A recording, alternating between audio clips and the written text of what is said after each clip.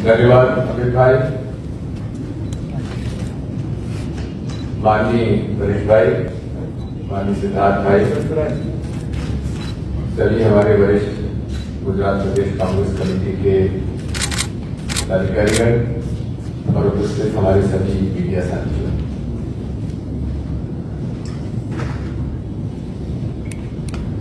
आज पूरे देश में जो अर्थव्यवस्था है उससे कम गुजरात के लोग तो अनभिज्ञ नहीं है, क्योंकि गुजरात का इतिहास व्यवसाय का है, व्यापार का है और हजारों वर्षों से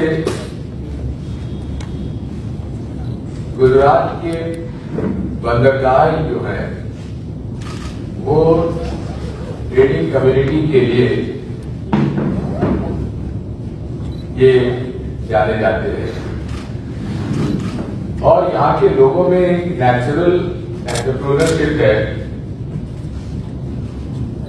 नेचुरल व्यवसाय करने की उनमें क्षमता है, प्रवृत्ति है और ये भी आप देखेंगे कि आजादी से लेकर आज तक छोटे मध्यम व्यापारी कांग्रेस पार्टी के साथ नहीं रहे। जनसंघ से लेकर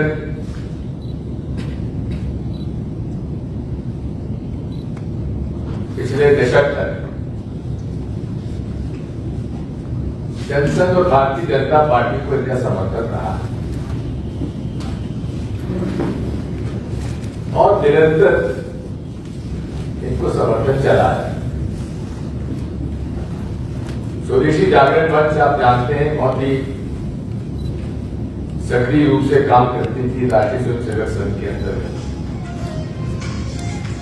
आज स्वदेशी जागरण मंच चुप है। स्वयं राष्ट्रीय स्वयंसेवक संघ के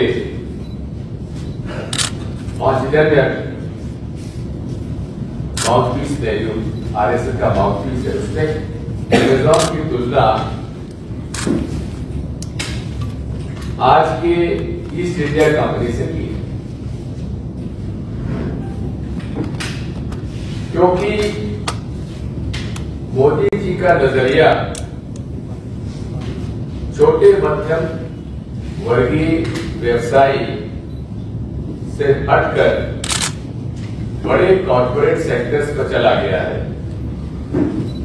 और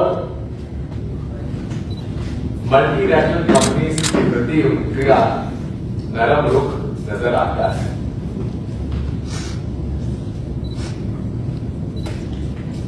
यदि आप देखेंगे कि ई कॉमर्स की पॉलिसी के मामले में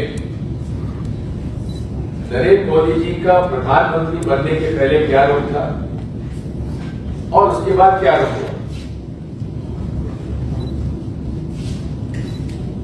जब यूपीए सरकार ने multi brand wholesale e commerce के लिए फॉरेन डायरेक्ट इन्वेस्टमेंट अलाउ किया तो सबसे ज्यादा मुखर विरोध मोदी जी ने ही किया, भाजपा ने किया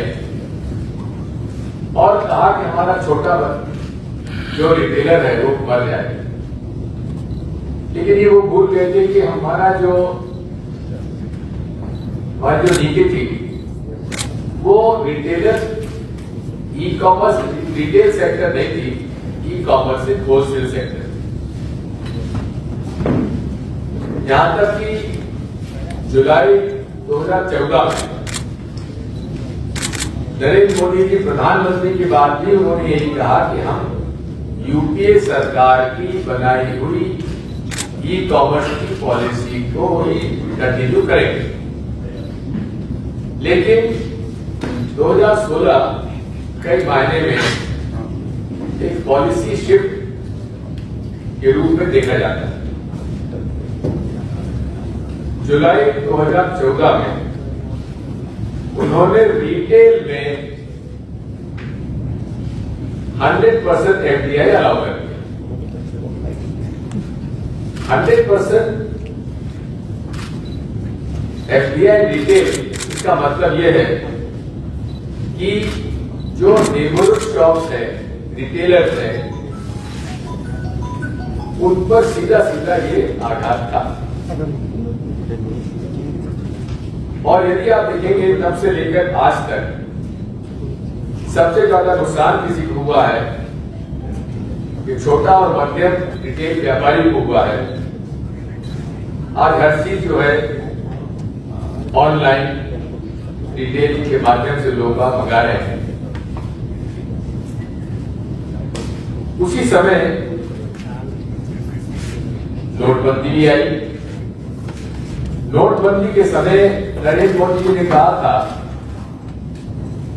कि हम काला धन समाप्त करने के लिए, भ्रष्टाचार समाप्त करने के लिए, आतंकवाद समाप्त करने के लिए और फेक करेंसी समाप्त करने के लिए हम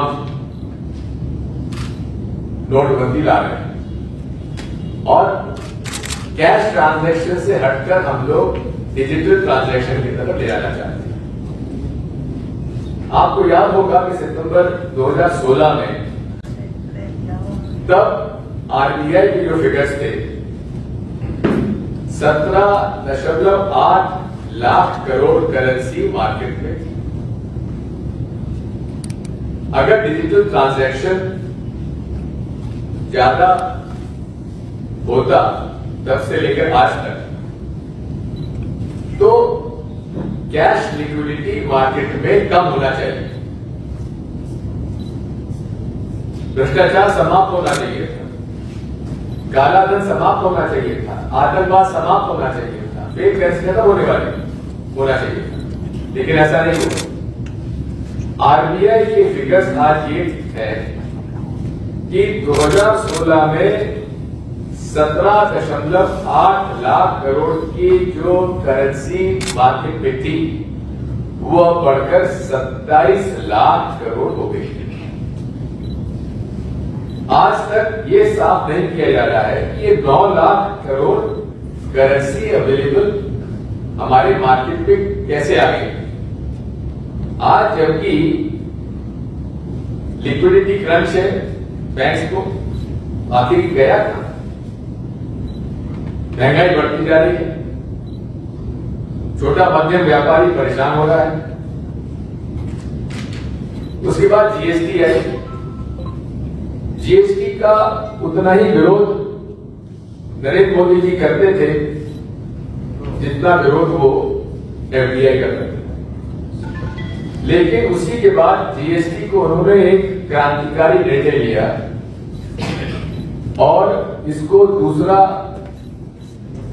दूसरी आजादी के रूप में उसी तरह से रात को 12 बजे उन्होंने सेंट्रल हॉल में जीएसटी की घोषणा की।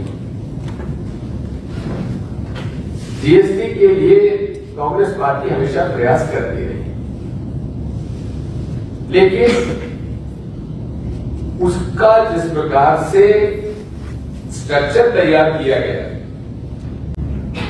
जीएसटी का मतलब होता है goods service tax single slab या मैक्सिमम 2 स्लैब, लेकिन इनके जीएसटी में 5 से 6 स्लैब है, सेस अलग लगा हुआ है और साथ में पेट्रोलियम प्रोडक्ट्स, अल्कोहल को इससे अलग रखा गया और उसकी वजह से जीएसटी का ऑनलाइन रजिस्ट्रेशन, ऑनलाइन फाइलिंग में भी पूरे देश में छोटे कस्बों में, शहरों में जहां नेटवर्क अच्छा नहीं है, वहां कितनी कठिनाई छोटे मध्यम व्यापारियों को भी आप सब उससे परिचित होंगे। उसी के बाद आज हम लोग कोविड से भुगत रहे हैं। उस कोविड के अंतर्गत भी हमारे व्यवसाय को लॉकडाउन में नुकसान हुआ। ये भी एक अजीब बात है कि 130 करोड़ जनता के देश में मोदी जी ने 4 घंटे दिए लॉकडाउन की वार्निंग के साथ, और आपने देखा किस तरह से लोग अपने अपने क्षेत्रों में फंस गए। माइग्रेंट लेबर का जो हालात हुए आपसे कुछ छुपा हुआ नहीं है। एमएसएमई नोटबंदी से लेकर और कोविड आने के बीच में जो हमारी गुजरात फेडरेशन ऑफ इंडस्ट्रीज है, उसका खुद का एक असेसमेंट है। 4 लाख छोटे और मध्यम उद्योग समाप्त हो गए, जो कि मैक्सिमम कंट्रीब्यूट करते थे एम्प्लॉयमेंट के रूप में और जीडीपी के रूप में। कोविड के बाद तो और उनकी हालत खराब हो गई। लॉकडाउन के अंदर सारा व्यापार ठप, फैक्ट्रीज बंद, वो और भी मुसीबत का सामना उन्हें करना पड़ा। बड़ी बड़ी घोषणाएं मोदी जी ने की, 20 लाख करोड़ का उन्होंने पैकेज दिया, और इस 20 लाख करोड़ के पैकेज में छोटे और मध्यम व्यापारी और छोटे मध्यम उद्योगपतियों के लिए कुछ नहीं मिला। हाँ, बड़े बड़े कॉर्पोरेट सेक्टर्स को उनकी बैलेंस शीट ठीक करने के लिए लोन में उनके बढ़ाने में फायदा हुआ। अब जब उन्होंने एफडीआई 2019 में 100% ई कॉमर्स को अलाउ कर दिया, तो अमेजॉन 2016 के किया, उसके बाद अमेजॉन उसमें आया, और अमेजॉन का समझौता फ्यूचर्स ग्रुप के साथ हुआ। अमेजॉन आप जानते हैं विश्व की सबसे बड़ी ट्रेडिंग कंपनी है, ई कॉमर्स कंपनी है, और जेफ बेजोस वहां के उसके मालिक है, जो कि सबसे ज्यादा अमीर उनका नाम आता है। उनका बयानी की फ्यूचर ग्रुप के साथ एग्रीमेंट हुआ। उसी के बाद कोविड आ गया। कोविड में और घाटा फ्यूचर ग्रुप को हुआ, तो उन्होंने आउटराइट सेल रिलायंस ग्रुप को कर दिया। अब रिलायंस ग्रुप को सेल करने के बाद विवाद बढ़ा, वो सिंगापुर के आर्बिट्रेशन के अंदर ये केस चला गया, वो फिर सुप्रीम कोर्ट में आया, कोई कंपनी कहते हैं। अभी जो जानकारी मिल रही है, उस जानकारी में ये बात सामने आ रही है कि जैसा कि पेपर रिपोर्ट्स है कि 8,546 करोड़ रुपए American e commerce company Amazon ने लीगल फीस दी है। अब लीगल फीस या तो कोर्ट फीस होती है या एडवोकेट की फीस हो सकती है। अब पूरे annual budget law justice ministry का केवल 1100 करोड़ है, और एडवोकेट की फीस भी कोई इतनी ज्यादा नहीं हो सकती। तो उसमें ये माना जा रहा है और ये समझा जा रहा है कि इनके और फ्यूचर ग्रुप के मसले को लेकर बहुत बड़े पैमाने पर रिश्वत दी गई। मोदी जी हमेशा कहते हैं ना खाऊंगा ना खाने दूंगा, लेकिन जब से प्रधानमंत्री बने हैं तब से अनेक ऐसे प्रकरण आए हैं जिसमें कि साफ प्रमाण आ रहे हैं। राफेल के अंदर फ्रांस की सरकार जांच कर रही, लेकिन जिसने रिश्वत ली है या रिश्वत लेने की संभावना फ्रांस के केंद्र सरकार को है, वहां हम लोग शांत हैं। इसी प्रकार अमेज़न की जांच अमेरिका में शुरू हो गई है। रिश्वत देने और रिश्वत लेना दोनों आरोप है, एक आपराधिक कानूनी अपराध है। तो अमेरिका में जांच हो रही है अमेज़न की, राफेल की जांच हो रही है फ्रांस में, लेकिन देश में इसके बारे में कोई जांच नहीं हो रही है। हमारी मोदी सरकार से मांग है कि इसकी जांच कराने के लिए सुप्रीम कोर्ट के जज के अध्यक्षता में इसकी जांच होनी चाहिए और कौन सी पॉलिटिकल पार्टीज को, बड़े अधिकारियों को, राजनेताओं को अमेज़न से रिश्वत मिली, इसकी जांच होनी चाहिए। ये रिश्वत क्या कोई पॉलिसी चेंजेस के लिए दिए गए थे? क्योंकि पॉलिसी चेंज हुई तभी तो अमेज़न आज होता, उसके लिए रास्ता खुला। अगर पॉलिसी चेंज नहीं होता तो अमेज़न अंदर कैसे आता? साथ में ये भी देखने की आवश्यकता है कि 6 अमेज़न की सिस्टर कंपनियां हैं, उन्होंने मिलकर 8,546 करोड़ रुपए लीगल फीस दी है। उनका इंटर कॉर्पोरेट रिश्ता क्या है, इसके मामले में भी जांच होने की चाहिए। अमेरिका में लॉबिस्ट होते हैं,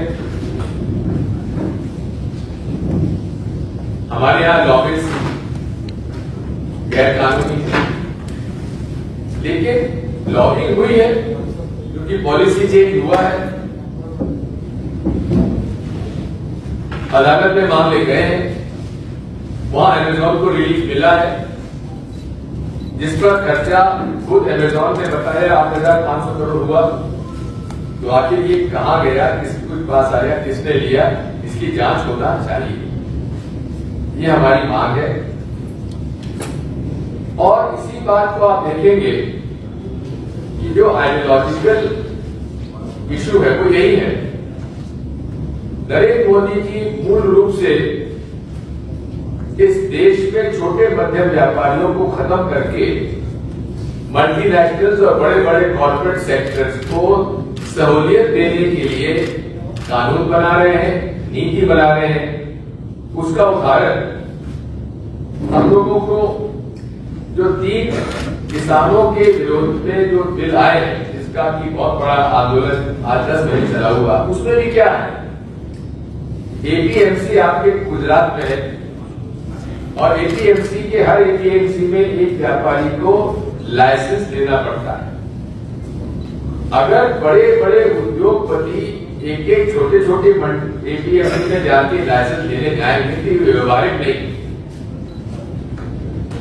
सारी नजर मल्टीनेशनल्स और कॉर्पोरेट्स की लगभग 15 से 20 लाख करोड़ का जो एनुअल टर्नओवर है एग्रीकल्चर कमोडिटी मार्केट पर, उसको सहूलियत देने के लिए ये कानून लाए और इस कानून के अंतर्गत 1 लाइसेंस 1 नेशन की बात कहकर उन्होंने बड़े कॉर्पोरेट्स को इस एग्रीकल्चर कमोडिटीज मार्केट में प्रवेश दे दिया।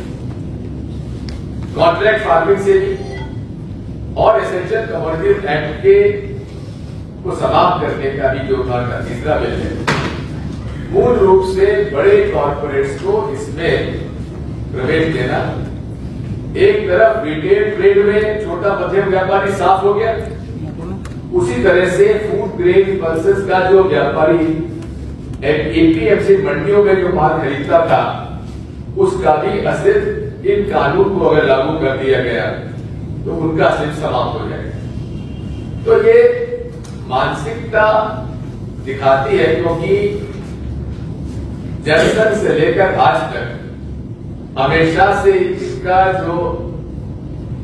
इनकी जो नीति रही है वो पूरे तरीके से पहले छोटे मध्यम व्यापारी पक्ष में था। वो छोटे मध्यम व्यापारी को भी उन्होंने धक्का बताकर अब केवल बड़े बड़े 8-10 कॉर्पोरेट सेक्टर्स और मल्टीनेशनल इंटरनेशनल मल्टीनेशनल्स के हाथ में सौंप रहे हैं। और आप देखते हैं जब भी मोदी जी विदेश जाते हैं तो मल्टीनेशनल्स के सीईओ से जरूर मुलाकात करते हैं। अब कितना उसमें इन्वेस्टमेंट आया नहीं आया हम नहीं जानते, इतना मालूम है कि मल्टीनेशनल्स भी परेशान होकर अब यहां से अपने इंस्टीट्यूट फैक्ट्रीज बंद करके बाहर जा रहे हैं।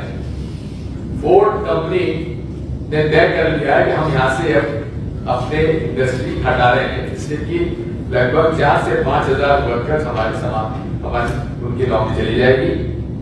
और ये अंदाजा है कि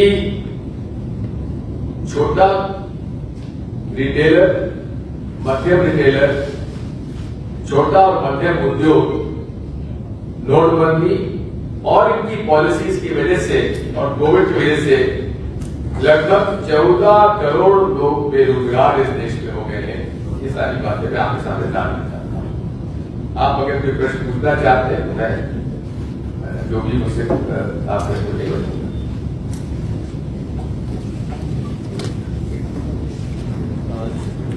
ये अमित भाई ने आपको भी सर्कुलेट कर देंगे।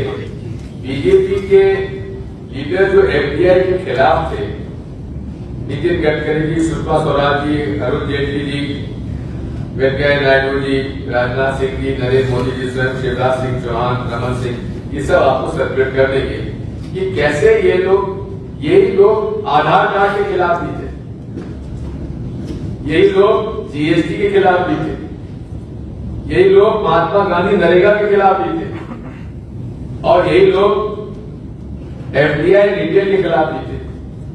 लेकिन कुर्सी पाकर ही इन्होंने अपनी सारी नीतियों को बदलकर और लोगों को गुमराह किया और पूरे तरीके से आज anti farmer, anti consumer, anti small and medium trader and industry के खिलाफ आज ये पूरी सरकार चली गई है। ये हम आपके सामने बताना चाहते हैं। धन्यवाद। सर, भोपाल का एक कार्यक्रम था नर्मदा के पथिक में, आप ये देखिए, आज मेरा ये प्रेस कॉन्फ्रेंस जो है टोटली अमेजॉन पर है। अच्छा, और उसपे जो आपने सुना है वो आपने सुना है। सर आपने बताया है जो अमेजॉन से जो है मल्टीनेशनल कंपनी इंडिया में नहीं आना चाहिए, तो जनता को जो प्रॉफिट हो रहा है ना, छोटे व्यापारी अगर जा रहे हैं तो उसके लिए दूसरा भी रास्ता है ना। लेकिन अमेजॉन अगर मान लीजिए प्रोवाइड कर रहा है सस्ता माल, तो उसमें क्या आपत्ति आपको है? आपत्ति उनको है जिनका धंधा चौपट हो रहा है, लेकिन जनता को फायदा हो रहा है। आपको गलतफहमी है जो जनता को फायदा। कैसे, थोड़ा बता दीजिए। बात यही है, एक्सेस की बात होती है। आज इस देश में ऑनलाइन की व्यवस्था कितनी है, कितना नेटवर्क है आज इस देश में, जितने लोग स्मार्टफोन यूज करते हैं। सर मुश्किल से 3 से 4% लोगों के पास स्मार्टफोन है। सर, आपने कांग्रेस भवन में राजस्थान में अपने प्रेस वार्ता की थी, आपने कहा था कि गुजरात में 3000 किलो हीरोइन जब्त की है, उस पर एनआईए पे भरोसा क्यों नहीं है? इसलिए नहीं है क्योंकि एनआईए जब से मोदी की सरकार आई है, उन्होंने नेशनल इन्वेस्टिगेटिव एजेंसी में जो केसेस चले हुए थे उस पर जिस तरह से अक्यूज को बरी किया, मतलब एक्विटल मिला है, जहां प्रोसिक्यूशन ही डिफेंडेंट्स के लिए पैरवी करने लगा हो, तो कैसे हम भरोसा करें? सर, आपने गृह मंत्री अमित शाह और आरएसएस की वहीं पे खुल के तारीफ कर दी थी। मैंने आपसे कहा, आपने जो मैंने कहा है वो आपने सुना है। अगर अमित शाह की नर्मदा परिक्रमा करेंगे तो मैं उनकी व्यवस्था मध्य प्रदेश में करूंगा। Thank you. Have you asked the Amazon regarding this deal? Have you contacted the Amazon?